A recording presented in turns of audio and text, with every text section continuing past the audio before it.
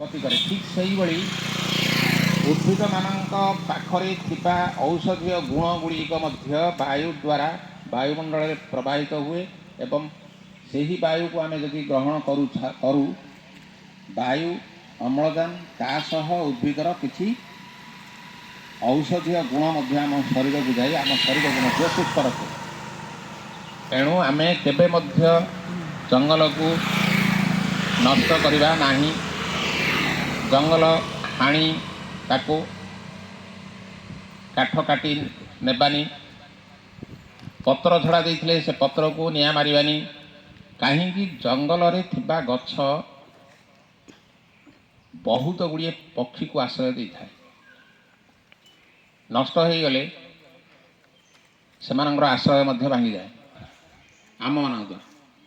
एणु आमे जेते जंगल रो सुरक्षा देबा आमे निश्चय जंगल ठारू ताहार 10 गुण बा असीम गुण आमे लाभ पाइबा।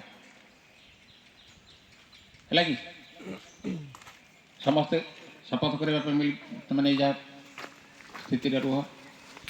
आमे शपथ करूछु जे आमे बंची थिबा पर्यंत